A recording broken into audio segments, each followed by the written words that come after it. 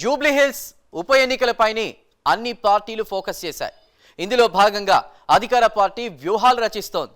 ఏకంగా ప్రస్తుతం ఎమ్మెల్యేగా ఉన్నటువంటి అభ్యర్థికి బి ఫామ్ ఇచ్చి ఉప ఎన్నిక బరిలో నిలపాలని ఆలోచన చేస్తోందట. ఇప్పటికే ఆ అభ్యర్థి ఢిల్లీ సైతం వెళ్ళి వచ్చారట. ఇంతకీ ఎవరా ఎమ్మెల్యే అభ్యర్థి? ఉన్న ఎమ్మెల్యే పదవికి రాజీనామా చేసి ఉప ఎన్నికల బరిలో ఉండాలనుకోవడానికి కారణాలేంటో తెలుసుకోవాలంటే ఈ స్టోరీ చూడాల్సిందే.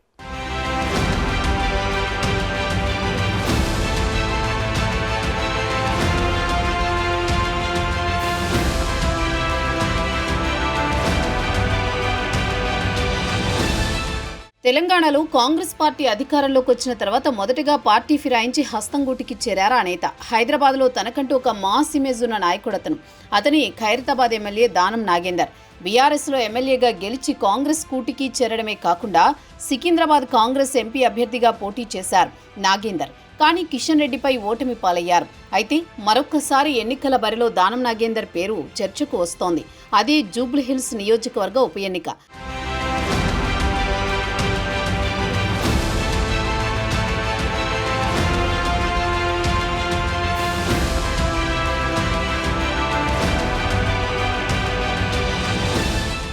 మాగంటి గోపీనాథ్ జూబ్లీహిల్స్ నియోజకవర్గ బీఆర్ఎస్ ఎమ్మెల్యే.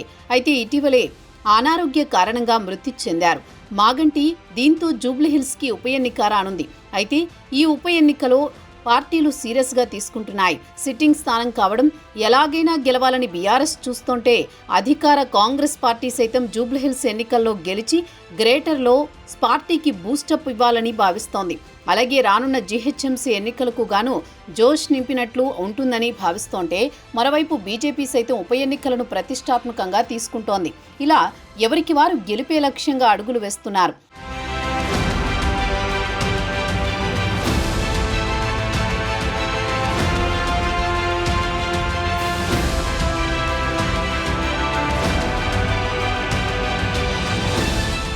ఇదంతా ఇలా ఉంటే అధికార పార్టీ కావడంతో కాంగ్రెస్ తీవ్ర కసరత్తు చేస్తున్నట్లు సమాచారం. ఇప్పటికే తానే అభ్యర్థి అంటూ 2023 ఎన్నికల్లో పోటీ చేసిన అజహరుద్దీన్ ప్రకటించుకుంటే మరోవైపు మేము బరిలో ఉన్నామని నవీన్ యాదవ్, బొంతు రామ్మోహన్ అంటున్నారు. అంతేకాకుండా మైనార్టీలో మేము ఉన్నామని ఫహీం ఖురేషీ, ఏఐసీసీ కోఆర్డినేటర్ నుమాన్ అంటున్నారు. అయితే పీసీసీ మాత్రం ఎవరి పేర్లు ప్రకటించుకున్నా, ప్రయత్నాలు చేసినా చివరికి అధిష్టానమే అభ్యర్థిని ప్రకటిస్తుందని, దానికి కావలసిన సర్వే ఎలక్షన్ కమిటీ ఉంటుందని చెప్పుకొస్తోంది.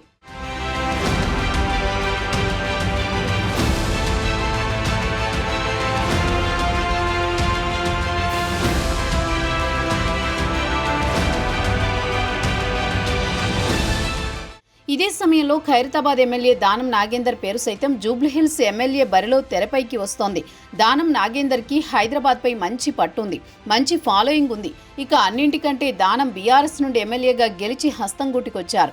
ఎంపీగా పోటీ చేశారు. పార్టీ సైతం కేబినెట్లో అవకాశం ఇస్తామని మాట ఇచ్చినట్టు వార్తలు వినిపిస్తున్నాయి. అయితే పార్టీ ఫిరాయించిన ఎమ్మెల్యేలకు మంత్రి పదవి ఇవ్వొద్దని కొన్ని కారణాల వల్ల లైన్ తీసుకుంది. ఇప్పుడు దానం నాగేందర్కి మంత్రి పదవి దక్కాలంటే ఖైరతాబాద్ నియోజకవర్గ ఎమ్మెల్యేగా రాజీనామా చేయాలి. అలాగే జూబ్లీహిల్స్ ఉప ఎన్నికల్లో కాంగ్రెస్ బీఫామ్పై గెలిస్తే మంత్రి పదవికి ఎలాంటి అడ్డు ఉండదని భావిస్తున్నారట దానం. అలాగే రాష్ట్ర హస్తం పార్టీ నేతలు సైతం ఇప్పటికే ఈ అంశంపై దానం ఢిల్లీకి వెళ్లి అధిష్టానం పెద్దలను కలిసి వచ్చినట్టు వార్తలు వినిపిస్తున్నాయి. మరి దానం నాగేందర్ ఇప్పటికే ఎంపీగా ట్రై చేసి ఓడిపోయారు. ఇప్పుడు ఇంకో రిస్క్ చేస్తారా? దానం గెలిస్తే సరే, కానీ ఓడిపోతే పార్టీ దానంకి ఎలా న్యాయం చేస్తుంది? దానం నాగేందర్కి టికెట్ ఇస్తే ఉప ఎన్నిక టికెట్ ఆశిస్తున్న వారు సహకరిస్తారా? ఇలాంటివెన్నో ఆలోచనలు పార్టీలో చర్చకొస్తున్నాయి. ఉప ఎన్నికకి ఇంకా సమయం ఉంది కాబట్టి మరింత కసరత్తు చేయాలని భావిస్తోంది అధికార పార్టీ. మరి జూబ్లీహిల్స్ ఉప ఎన్నికల్లో అధికార పార్టీ ఎలాంటి వ్యూహంతో ముందుకెళ్తుందో చూడాలి.